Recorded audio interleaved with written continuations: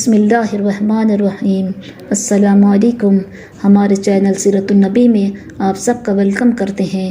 ہمارے پیارے نبی محمد مصطفیٰ صلی اللہ علیہ وسلم کے زندگی کے واقعات پیدائش سے لے کر وفات تک ہم آپ سب کو واقف کروائیں گے۔ ہمارے پیارے نبی محمد مصطفیٰ صلی اللہ علیہ وسلم کے سیرت النبی کا گھروں میں پڑھنا اور سننا ہمارے گھروں میں برکتیں راحتیں آئیں گے۔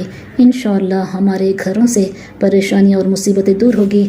آپ سب سے گزارش ہے کہ ہمارے چینل سیرت النبی کو سپورٹ کیجیے اور زیادہ سے زیادہ اس ویڈیو کو امت مسلمہ تک پہنچائیے۔ بسم اللہ الرحمن الرحیم۔ السلام علیکم۔ چلیے ہم اب سب کے سامنے ہمارے پیارے نبی محمد مصطفیٰ صلی اللہ علیہ وسلم کے واقعات بیان کرتے ہیں۔ رسول اللہ صلی اللہ علیہ وسلم نے ان کے پاس تشریف لائے اور ان کے اسلام لانے کی پیشکش کی اور خدا کے راستے پر آنے کے لیے فرمایا۔ حضرت سوید نے رسول اللہ صلی اللہ علیہ وسلم سے کہا، شاید تمہارے پاس بھی وہ سب چیزیں ہوں گی جو میرے پاس ہے۔ رسول اللہ صلی اللہ علیہ وسلم نے پوچھا، تمہارے پاس کیا چیزیں ہیں؟ سوید نے کہا، لقمان کی دانائی اور فراست۔ رسول اللہ صلی اللہ علیہ وسلم نے فرمایا، میرے سامنے پیش کرو وہ کیا چیزیں ہیں۔ چنانچہ سوید جو کچھ جانتے تھے وہ انہوں نے رسول اللہ صلی اللہ علیہ وسلم کو سنایا۔ رسول اللہ صلی اللہ علیہ وسلم نے سن کر فرمایا، یہ باتیں اور یہ کلام اچھا ہے، لیکن جو میرے پاس ہے وہ اس سے کہیں زیادہ اعلیٰ اور افضل ہے۔ وہ قرآن ہے خود جو خدا نے مجھ پر نازل کیا ہے، اور وہ ہدایت اور نور ہے۔ اس کے بعد آپ نے سوید کے سامنے قرآن پاک کی تلاوت فرمائی اور انہیں اسلام کی دعوت دی۔ سوید کے دل نے اسے قبول کیا اور انہوں نے کہا، یہ بہت اچھا کلام ہے۔ اس کے بعد سوید نے مدینے کو واپس ہوئے، لیکن جو کچھ انہوں نے رسول اللہ صلی اللہ علیہ وسلم سے سنا تھا وہ ان کے ذہن پر نقش ہو چکا تھا۔ جس راستے کی طرف رسول اللہ صلی اللہ علیہ وسلم نے ان کو بلایا تھا وہ مسلسل اسی پر غور کر رہے تھے۔ مدینے پہنچ کر حضرت سوید قبیلہ خزرج کے ہاتھوں قتل ہو گئے، لیکن اس وقت مسلمان ہو چکے تھے۔ جو صحابہ مدینے ہی سے رسول اللہ صلی اللہ علیہ وسلم کے پاس آ کر اسلام لائے، ان میں حضرت ایاز ابن معاذ بھی تھے۔ یہ ایک نوعمر لڑکے تھے اور ایک وفد کے ساتھ مکہ آئے تھے۔ یہ قبیلہ خزرج کا وفد تھا جو اس لیے آیا تھا تاکہ قریش کے لوگ قبیلہ اوس کے خلاف ان کے ساتھ معاہدہ کر لیں، کیونکہ اوس اور خزرج دونوں قبیلوں کے لوگ عرب کے قبیلوں کے ساتھ ہی معاہدہ کرتے تھے تاکہ اوس کے لوگ خزرج کے ساتھ اور خزرج کے لوگ اوس کے ساتھ جنگ کرنے کے قابل ہو سکے۔ جب رسول اللہ صلی اللہ علیہ وسلم کو اس وفد کے آنے کی خبر ہوئی تو آپ صلی اللہ علیہ وسلم ان کے پاس آئے اور ان کو اسلام پیش کیا۔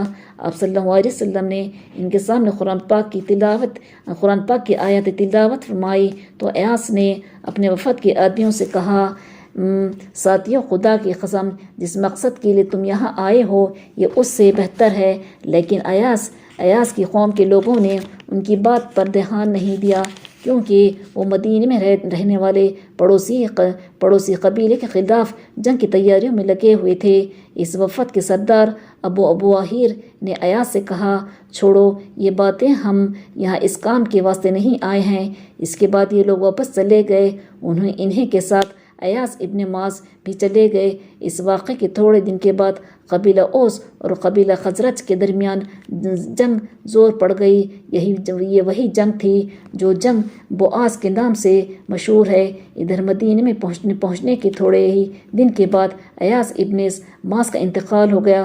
جو لوگ موت کے وقت ان کے پاس موجود تھے انہوں نے بتایا کہ آخری وقت میں ایاز کلمہ پڑھ رہے تھے۔ ادھر عرب کے دوسرے قبیلوں میں بھی رسول اللہ صلی اللہ علیہ وسلم تشریف لے گئے تھے اور ان کو اسلام پیش کیا تھا۔ ان سے آپ نے مدد اور حمایت چاہی، لیکن انہوں نے بھی آپ کی پیشکش کو ٹھکرا دیا اور آپ کی دعوت قبول نہیں کی۔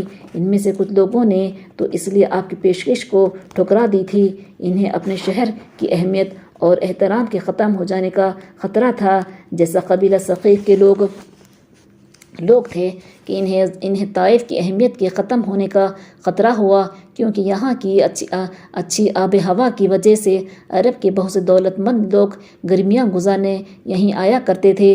دوسرے یہ لوگ لات نامی مشہور بت کا خیال کرتے تھے کیونکہ اس کی وجہ سے وہاں لوگ حج کرنے آیا کرتے تھے۔ اسی طرح کچھ لوگوں نے صرف اس لالچ میں رسول اللہ صلی اللہ علیہ وسلم کے قریب آنا چاہا کہ آپ کے بعد ساری عزت اور مسلمانوں کی سرداری ان کے ہاتھ آ جائے گی۔ ایسے لوگوں میں بنی عامر کا قبیلہ تھا، لیکن رسول اللہ صلی اللہ علیہ وسلم نے ان سے فرمایا کہ حکومت اور سرداری خدا کے ہاتھ میں ہے، وہ جسے چاہے دے۔ تو وہ لوگ فوراً یہ کہہ کر آپ کے پاس سے واپس چلے گئے، تو کیا ہم محض تمہاری وجہ سے عربوں کی تلواروں سے اپنی گردنیں کٹوا دیں؟ اگر خدا کی طرف سے یہ ظاہر ہوا کہ حکومت ہمارے علاوہ کسی اور کو ملے گی تو ہمیں تمہارے ساتھ دینے کی کیا ضرورت ہے؟ اس طرح سے کندہ کلب، بنو حنیفہ، بنو مضر اور دوسرے قبیلوں نے رسول اللہ صلی اللہ علیہ وسلم کی دعوت کو ٹھکرا دیا اور آپ کا ساتھ دینے سے انکار کر دیا۔ اس طرح رسول اللہ صلی اللہ علیہ وسلم کو کسی بھی قبیلے سے مدد اور کامیابی حاصل نہ ہو سکی، بلکہ اکثر نے بہت بے رحمی اور سختی کے ساتھ آپ کو واپس کر دیا۔ ادھر جن لوگوں نے کان دھر کے آپ کی بات سنی، ان کو ابو جہل نے ابھارا اور رسول اللہ صلی اللہ علیہ وسلم کی بات سننے سے روک دیا۔ وہ ایسے لوگوں سے کہتا، یہ شخص تم سے یہ کہتا ہے کہ تم لات اور عزیٰ کو چھوڑ دو اور اس گمراہی کی کو قبول کرو جو یہ لے کر آئے ہیں، اس لیے اس کی باتوں میں ہرگز مت آنا۔ اس طرح یہ لوگ بھی آپ صلی اللہ علیہ وسلم کے قریب آنے سے رک گئے۔ اب ہم اس واقعے کو ختم کرتے ہیں۔ انشاءاللہ ہم نیکسٹ ویڈیو میں ان واقعات کو بیان کریں گے۔ اگر ہماری ویڈیو آپ سب کو پسند آئی تو لائک، شیئر کریے اور سبسکرائب کریے۔ اللہ حافظ۔